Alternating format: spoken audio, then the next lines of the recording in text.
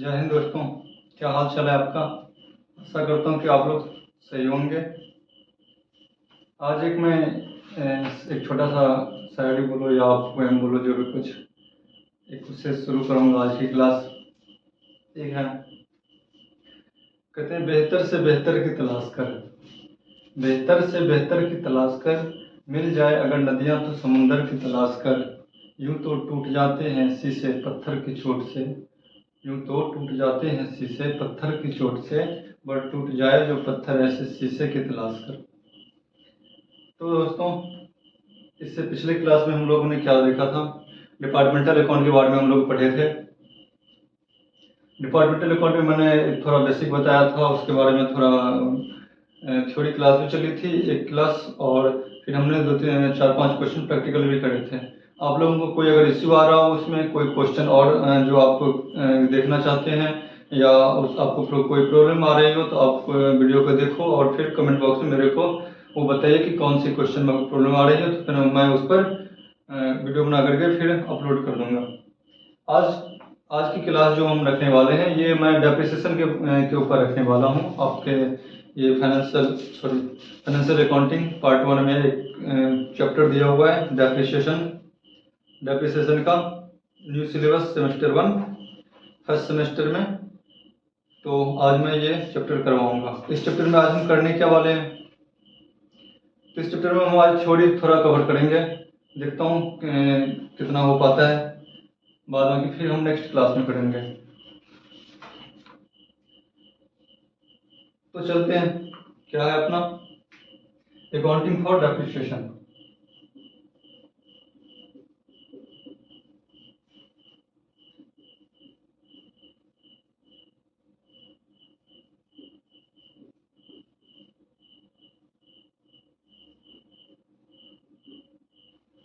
Accounting for depreciation, सबसे पहली बात आती है डेप्रिसिएशन हम कहेंगे किसको।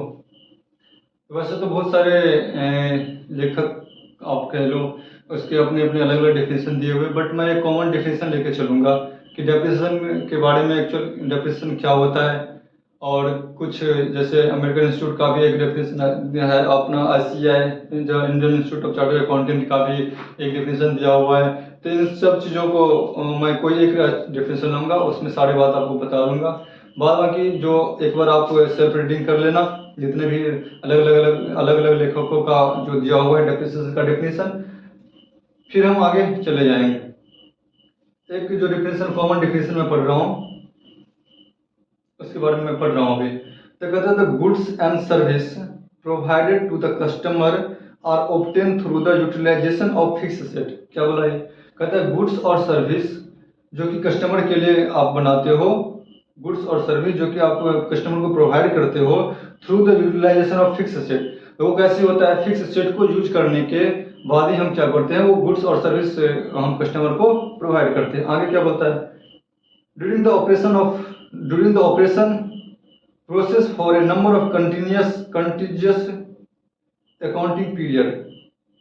मतलब ये बोलता है कि ऑपरेशन ड्यूरिंग द ऑपरेशन, जब हम वो वर्क कर रहे होंगे, जो भी गुड्स सर्विस बना रहे होंगे, तो during the operation process for number of continuous accounting period, मतलब एक अकाउंटिंग पीरियड क्या हो रहा होगा, निकल रहा होगा, number of accounting period as fix asset are used to generate periodic revenue. Periodic revenue, तो फिक्स एसेट पर क्या होता होगा, एक पीरियोडिक रेवेन्यू आ रहा होगा, मतलब पीरियोडिक रेवेन्यू जो आ रहा है उस पर फिक्स एसेट का कुछ पार्ट भी तो जा रहा होगा। Hence, an appropriate amount of cost related to the fixed asset should be charged and expenses against the revenue generated। ये बोल रहा है कि आप जो फिक्स एसेट को यूज करके जो भी आप अर्निंग कर रहे हो, मतलब रेवेन्यू जनरेट कर रहे हो, तो उस फिक्स एसेट का कुछ वैल्यू तो उसकी डिक्रीज हो रही होगी by the use of fix asset, जो कि फिक्स एसेट को यूज करने के बाद उसके वैल्यू में जो कमी आ रही होगी। The portion of the cost of fix asset charge to profit and loss account during the particular accounting period is term as depreciation. कहता है कि वो पार्ट ऑफ फिक्स एसेट का जो भी पार्ट उस गुड्स को बनाने में हम वेस्ट कर रहे होते हैं, उसको हम कहाँ पर चार्ज करेंगे, प्रॉफिट एंड लॉस अकाउंट में। और वो जो पार्ट में प्रॉफिट एंड लॉस अकाउंट में चार्ज करेंगे उसको हम क्या बोलेंगे, डेप्रिसिएशन। आगे कहता है the term depreciation denotes decrease in the value of asset, but in term of accounting it is referred as decrease in the book value of asset। मतलब ये क्या बोला कि बुक वैल्यू सॉरी एसेट के जो बुक वैल्यू में जो गिरावट आती है उसको क्या बोलेंगे, डेप्रिसिएशन। डेप्रिसिएशन जो permanent and continuous decrease in the book value of asset. मतलब ये ऐसा नहीं कि अभी हुआ फिर थोड़े दिन रुक गया फिर हुआ फिर रुक गया, ऐसा नहीं। मतलब ये कंटिन्यूअस प्रोसेस एक चलता रहता है फिक्स एसेट के वैल्यू में गिरावट का। ड्यू टू क्यों, तो due to use inflection of time, मतलब टाइम के बीत जाने के कारण, obsolescence etc, it is treated as non cash expenditure. और आगे क्या बोलता है कि यह क्या है, एक नॉन कैश ट्रांजेक्शन है। तो बात समझ में नहीं आ रही कि अकाउंट में जब भी हम पढ़ते हैं तो हर जगह हम पढ़ते हैं कि हम कैश ट्रांजेक्शन का एंट्री करते हैं। अगर कैश की बात नहीं होती तो हम अकाउंट क्या कहते हैं, अकाउंट का हम मतलब कोई बात नहीं है तो उसकी एंट्री नहीं करेंगे। बट डेप्रिसिएशन का तो ऐसा होता है। डेप्रिसिएशन ही एक ऐसा ट्रांजेक्शन है जिसको हम नॉन कैश ट्रांजेक्शन बोलते हैं। तो बात आती है ये कैसे, आप एक एग्जाम्पल से मेरे को समझाओ। तो ठीक है, हम लेते हैं एग्जाम्पल। जब आप कोई एसेट खरीदते हो, मान लेते हैं कोई फिक्स एसेट है, फिक्स एसेट है 10 लाख का, एज्यूम दैट, मान लो आप 10 लाख का फिक्स एसेट है, इस पर आप 10% डेप्रिसिएशन लगा रहे हैं, तो कितना हो गया डेप्रिसिएशन, 10 लाख का 10% मतलब 1 लाख, 1 लाख आपका डेप्रिसिएशन हो गया। ठीक है, अब बोलता है ये नॉन कैश ट्रांजेक्शन कैसे है। तो डेप्रिसिएशन जो हम लगाते हैं ये 1 लाख रुपया, तो क्या करते हैं इस 1 लाख रुपया को पीएल अकाउंट में दिखा देते हैं। ये रहा मेरा प्रॉफिट एंड लॉस अकाउंट, इसमें हम यहाँ पर डेप्रिसिएशन 1 लाख दिखा देंगे, ये भी ठीक है। अब बात आती है डेप्रिसिएशन जो मैंने 1 लाख दिखा दिया, इससे क्या होगा, मेरा पीएल अकाउंट के डेबिट में मैंने डेप्रिसिएशन 1 लाख दिखा दिया, इससे होगा क्या, मेरा मेरा प्रॉफिट जो इस साल मेरा रेवेन्यू आया था, ग्रॉस प्रॉफिट जो यहाँ पे आया था, ये जो भी अमाउंट होगा इसमें से क्या होगा, मेरा नेट प्रॉफिट जो यहाँ आएगा ये मेरा कम क्या हो जाएगा, डिक्रीज कर जाएगा इस अमाउंट से, तो मेरा प्रॉफिट तो कम हुआ उससे। बट अब बात आती है कि नॉन कैश ट्रांजेक्शन कैसे क्यों बोल रहे हैं इसको, तो कहता है कि 1 लाख जो है ना, एक्चुअल तो ये मेरे बिजनेस से निकला ही नहीं कैश। जैसे आप मान के चलो परचेज करते हो तो क्रेडिटर को आप पेमेंट कर देते हो, आप सेल करते हो तो आपको डेटर से पैसे मिल जाते हैं, जो जिसको भी आप सेल करते हो उससे पैसे मिल जाते हैं, लोन लेते हो तो पैसे मिलते हैं, कैपिटल का कैपिटल से पैसे आते हैं, मतलब मालिक जो पैसे लगाते हैं तो पैसे आते हैं। बट डेप्रिसिएशन में तो एक बार पैसे लग गया, कब लग गया, जब फिक्स एसेट आप खरीदे, 10 लाख का आपने खरीद दिया फिक्स एसेट, एक बार में ही आप कोई बिजनेस चालू करोगे तो फिक्स एसेट तो चाहिए आपको, तो एक बार में ही आपने 10 लाख का ये खरीद दिया। जब 10 लाख का आपने खरीद दिया और ये डेप्रिसिएशन जो हर साल आप जो रेवेन्यू जनरेट होती है उस पर आप हर साल 10% लगाते जा रहे हो, तो इसका मतलब ये हुआ कि ये 1 लाख जो पीएल में तो मैंने दिखा दिया, बट ये 1 लाख मेरे बिजनेस से गया नहीं, तो बात आती है कि ये बिजनेस में है कहाँ, और इसको हम ऐसे क्यों करते हैं। तो इसको हम इसीलिए ऐसा करते हैं कि एक बार तो मैंने 10 लाख लगा दिया, मान लो चलो लोन लेकर लगाया हो या मेरे पास अपने हो लगा दिया मैंने, लेकिन फिर अगर ये 10 साल ये 10% जा रहा है तो 10 साल मान के चलो, 10 साल के बाद फिर जो मेरे को 10 लाख चाहिए वो कहाँ से आएगा। तो उसके लिए हम ये जो 1 लाख रुपया है हर साल वो बिजनेस में ही रहता है, एक्चुअल बिजनेस से बाहर जाता नहीं है, वो बिजनेस में ही रहता है।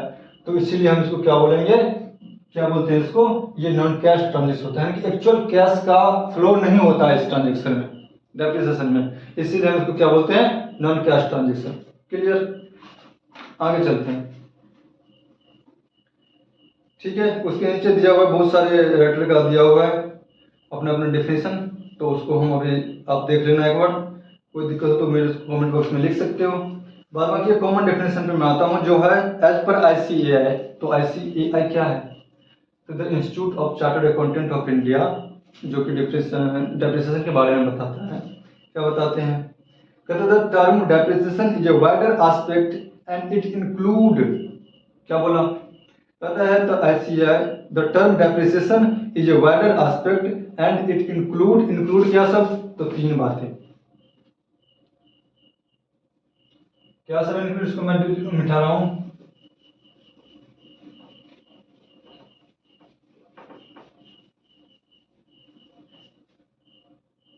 इंक्लूड में क्या सब बोला, इंक्लूड ए में डिप्लीशन,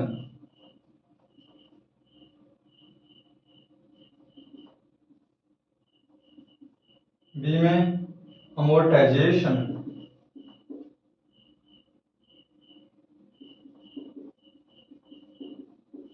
और सी में ऑब्सोलेंस।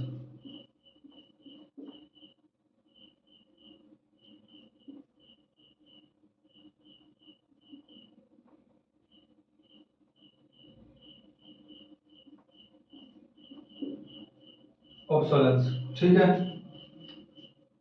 अब बात आती है ये तीन वर्ड कैसे, इसका क्या मीनिंग होता है, डिप्लीशन, अमोर्टाइजेशन और ऑब्सोलेंस, इस तीन वर्ड का क्या मीनिंग होता है। तो पहला कहता है डिप्लीशन, आगे बोलता है उसी को डिफिनेशन में दिया हुआ है, the term depletion refer to physical deterioration by the exhaustion of natural resources. मतलब ये बोलता है कारखाने में जो कोयला सब हम लोग निकालते हैं तो उसमें क्या होता है, डिप्लीशन होता है। कोयला का खान में से जब जैसे जैसे हम कोयला निकालते जाते हैं तो क्या होता है, खाली होता जाता है, उसमें कमी होती जाती है। तो जब उस टाइप के की बात करते हैं तो वहां पे कौन सा वर्ड आता है, डिप्लीशन वर्ड आता है। तो इसमें क्या दिया हुआ है, oil well, mine, queries etcetera. The word amortization का मतलब amortization refers to the fall in value of intangible asset like goodwill, patent, copyright. मतलब अमोर्टाइजेशन मतलब क्या, आप गुडविल की बात करो, पेटेंट कॉपीराइट की बात करो, मतलब ये सब क्या होते हैं, एक टाइम पीरियड होता है, मान के चलो वो टाइम पीरियड होने के बाद क्या हो जाएगा, वो उसकी वैल्यू खत्म होते चली जाती है। For example goodwill, patent, copyright. The term obsolescence refers to the economic deterioration by means of technological development, fashion and taste etc.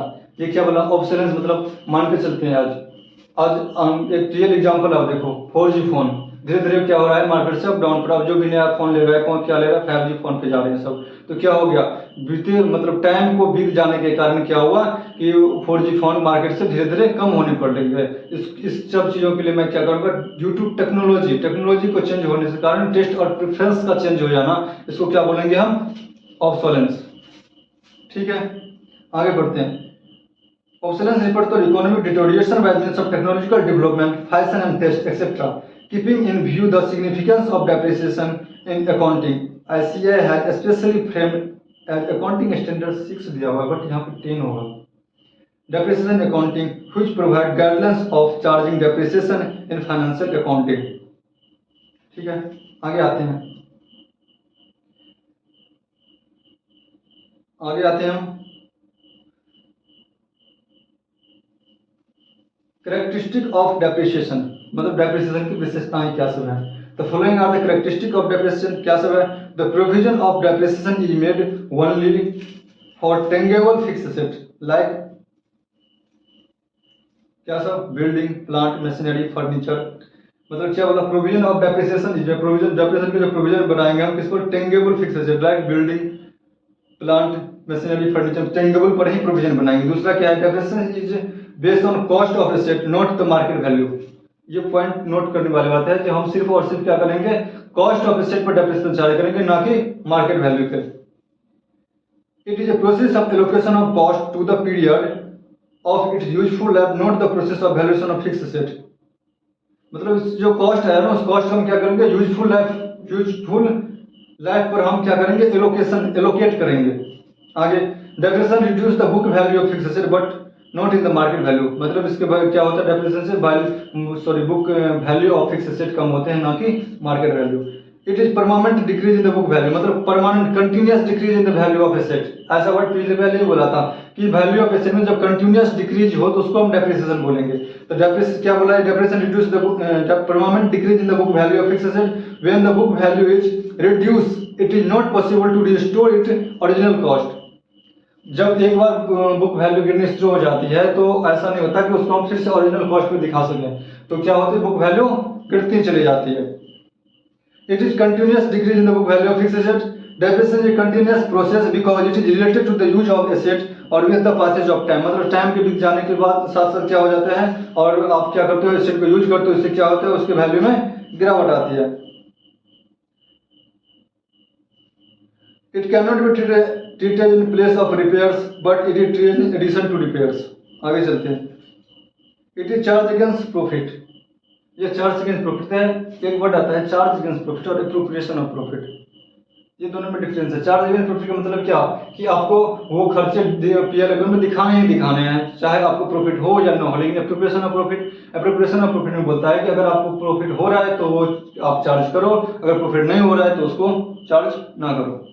ऐसा सिचुएशन आती है। ये पार्टनरशिप में है 1932 जो अपना चलता है उसमें।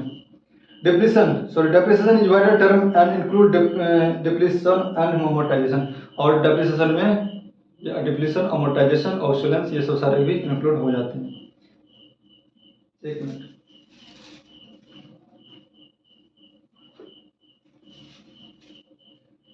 आगे कहता है फैक्टर अफेक्टिंग डेप्रिसिएशन, मतलब कौन सा ऐसे फैक्टर है जो डेप्रिसिएशन को प्रभावित करते हैं। कैसे, पहला है कांस्टेंट यूज ऑफ एसेट, मतलब एसेट का क्या होना चाहिए, लगातार यूज होना चाहिए, ऐसा नहीं कि थोड़े दिन यूज करें फिर बंद हो जाए। क्या कहते हैं, कांस्टेंट यूज ऑफ एसेट। तो utility, efficiency, profit earning capacity and value of asset gradually decrease with its constant use of an asset, लगातार उसके वैल्यू में कमी होती है। Constant use of tangible fixed asset other than wasting asset lead to the wear and tear and thus cause a definite reduction in the value of asset and is regarded as the major source of depreciation। Expression of legal right, ये क्या होता है, कहते हैं legal right, जैसे patent, trademark, ये सब क्या होता है, लीगल राइट होता है। ये क्या होता है, टाइम बाय टाइम होने के बाद क्या होता है, इसके लीगल राइट का वो पीरियड जो होता है कम होता जाता है। तो इसको किस में आप रखोगे, लीगल राइट का जो पीरियड खत्म होता उसको भी आप डेप्रिसिएशन के अंदर रखो। ऑब्सोलेंस क्या होता है, ऑब्सोलेंस अभी बताया था कि न्यू टेक्नोलॉजी आने के बाद क्या होता है, लोगों के टेस्ट एंड प्रेफरेंस में क्या चेंजेस होने लगते हैं। तो उसमें जैसे 4G फोन का मैंने एग्जांपल बताया था, ये सब चीज हो गए। डिप्लीशन किस पर लगता है, खदानों पर लगता है। जैसे for example natural gas, petroleum, कोयला, ये सब चीज जो खदान से निकलती है ना, तो उस पर क्या लगता है, डिप्लीशन लगते हैं। Accident, the value of asset decrease due to accidental permanently decrease in the value of asset due to accident is called depreciation in price. Natural causes के कारण अगर कोई हैजार्ड आता है, जैसे flood, earthquake, decrease in the value of asset due to natural causes, it is treated as depreciation. ठीक है। Permanent fall in price, मतलब permanent fall in the market value of fixed asset also result in diminishing value of asset. ठीक है। आगे इसका अगला topic है object need and importance of providing depreciation.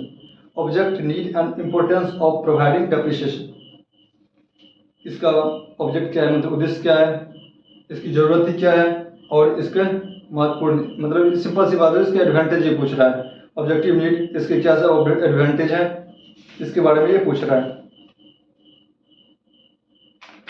तो बस ये लास्ट टॉपिक आज मैं ये करूंगा।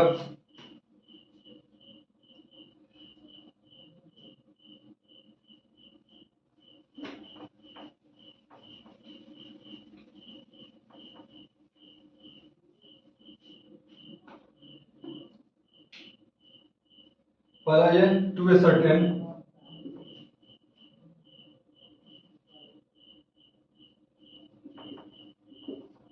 to ascertain the net profit of or loss properly,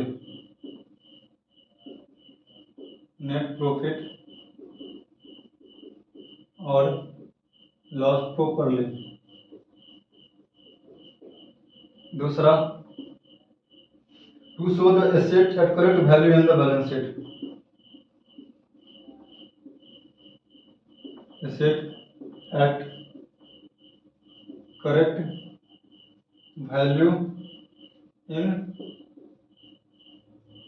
balance sheet. तीसरा, true and fair presentation of financial position. True and fair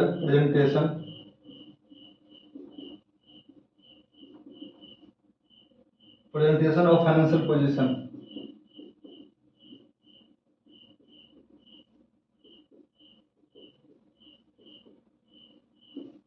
चौथा, reliability of cost record.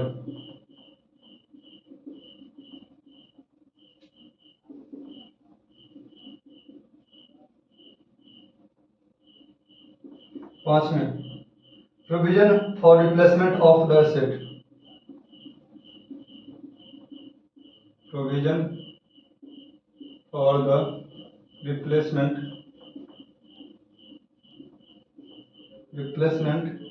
Of the asset.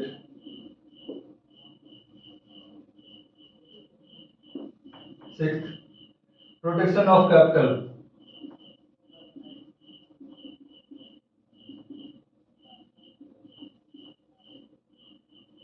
Seventh, avoiding over payment of tax.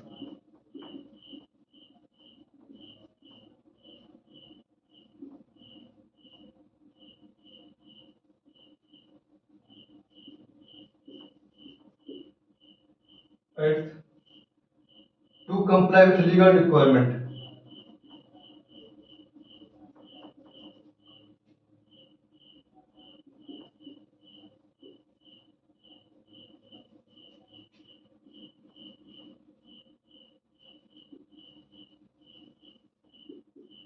इस तरह से 8 point हैं, इसको आप advantage, objective, needs, importance सारे कुछ में कोई भी क्वेश्चन आए आप इस पे ये आंसर आप डाल सकते हो। इसको मैं डिटेलिंग नेक्स्ट क्लास में कर दूंगा, आप इसे नोट कर सकते हो। आज के लिए मैं बस इतना ही, कुछ बेसिक फैक्टर बताऊंगा मैं नेक्स्ट क्लास में, उसके बाद हम प्रैक्टिकल क्वेश्चन पे डायरेक्ट चल देंगे। तो आज की ये थोड़ा सा इंट्रोडक्शन किस चीज़ का, डेप्रिसिएशन का। आप लोग इस वीडियो को देखो, कोई भी कमी आए तो आप लोग कमेंट बॉक्स में आप मेरे को बताओ, मैं उस पर काम करूंगा। हम और हमारी टीम आपके लिए काम करेंगे।